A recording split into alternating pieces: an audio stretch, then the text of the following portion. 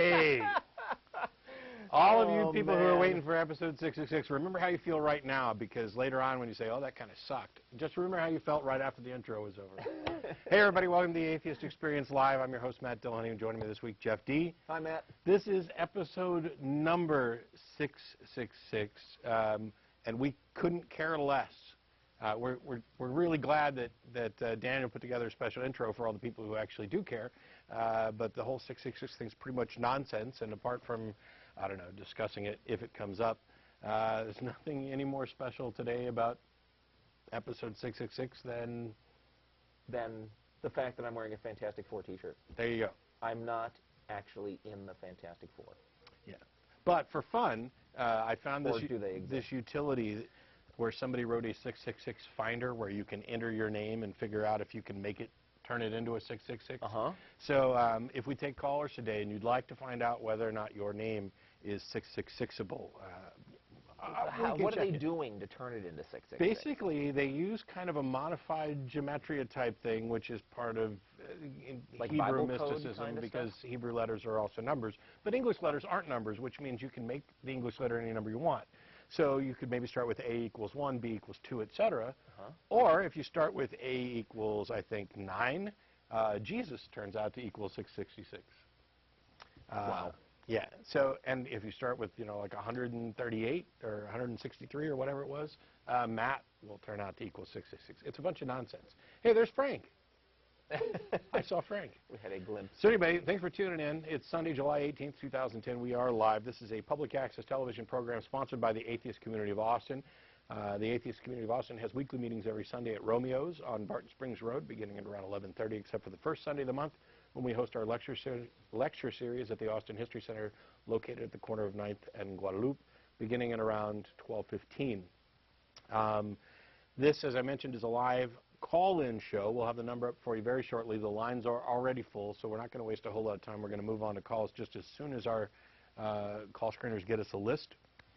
And if you don't make it through on the telephone today, or you don't want to, you can email tv@atheist-community.org. That email address goes to myself, the co-host, some of the people behind the scenes. We can't possibly answer all of them. As a matter of fact, by a strange coincidence, I had 666 emails in my inbox at one point this morning. It's down now to like 650 or so. We do try to answer quite a few of them, but they all do all get read as long as they get past the spam filter.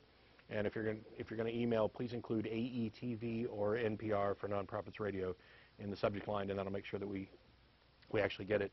In addition to the Sunday morning brunch or lecture series, we have a number of other events throughout the week that we host, including Atheist Happy Hour on Thursdays at the Dog and Duck Pub, beginning at around 7 o'clock.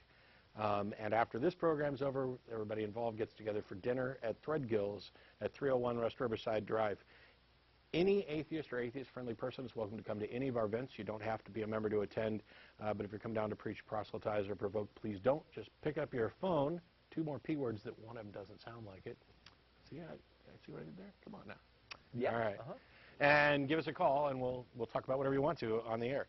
As a reminder, September 25th from 6 to 8 p.m. is this year's ACA Bat Cruise, where we take a boat out on Town Lake and bring along some snacks and drinks and watch Austin's enormous population of metropolitan bats. And I don't think they wear suit and ties, but they live in the downtown area.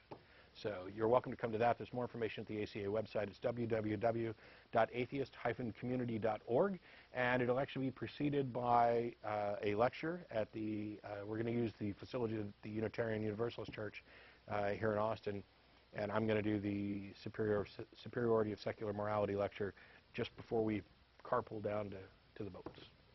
So how you doing, Jeff? Good. Do you feel particularly, I don't know, evil? Satanic? No. Evil, satanic? No. No.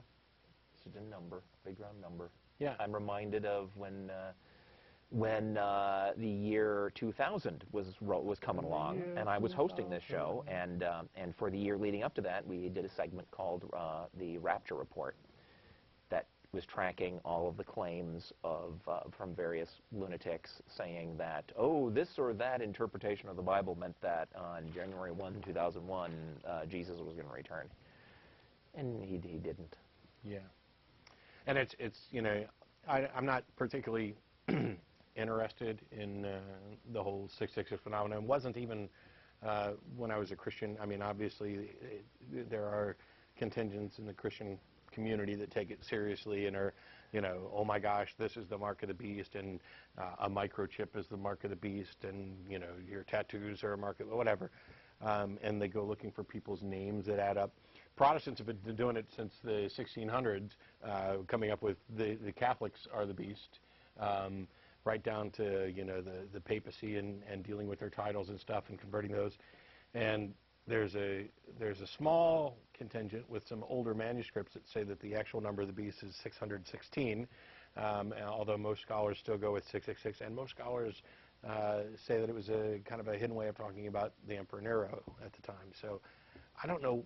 I'm not even sure I can really grasp the whole kind of obsession with this thing. 666, though, is a fascinating number in that it's a triangular number. So if you add the sum of all the normal numbers, or natural numbers from 1 to 36, you get 636, which basically means that it becomes a triangular pyramid. So it's 1, 2, 1, 2, 3, 1, 2, 3, 4. You can hold that up for the camera. Yeah, you can't see my little circles. Right. But if you kept doing this all the way to like 36, then you add that up, you get 666 dots. So, neat stuff. Yeah. Anyway, we got calls waiting, and we don't want to waste any more time on numeric nonsense. So we've got Warren in Canton. How are you? Hey, how's it going, guys? Good. Hi, Warren. Hey, I had something that's been bugging me here lately about this supposed statistic that you see. I think there was a Pew Research poll done like 5 years ago or something that says that I believe it's 16% of Americans would call themselves non-believers or something to that effect. First of all, I think if that poll were taken again 5 years later, I think that number would be considerably higher anyway. But I seriously doubt that poll asked the proper questions as far as determining if someone is truly a God believer or if they're just somebody that says, well, yeah, I'm a Christian, just like so many people do because they don't know a different answer to give. Well, there have been a number of statistical studies like that. That I don't know how many of them ask the appropriate questions, but they get lots of different numbers. For example, on the best estimate of people who self-identify as atheists is something perhaps at or around 1%, with people who identify as secular, non-theistic, non-religious being somewhere between 13 and 18%, and those numbers are rising. So well, what I was thinking, you know, I think Bill Maher had mentioned in one of his little spiels a while back that even if it's 13 to 18%, that's a larger minority than, say, the elderly and homosexuals and so forth, and we need to let the politicians know that. But what I was thinking, though, is I really think that number is considerably higher if the proper questions were asked. And I think that if someone were to do a poll, for example, that really asked, do you own a Bible? Have you attended church since you were 6 years old? Well, I own a Bible. Yeah. Well, but, you know, I've actually talked to a lot of supposed Christians that don't. They don't own a Bible. They've never read one. They haven't been to church since they were children. I think we're just saying, how's that the right question then? The question is, do you believe that there is a God? That's the question. If you were to keep healing them, that they would actually admit finally that they just know that word Christian. They don't really know what a Christian is. They don't know what it means to be one. And I think if more people were honest about that and forced to give the proper answer, I think the proper number would probably be more like 30% of Americans. But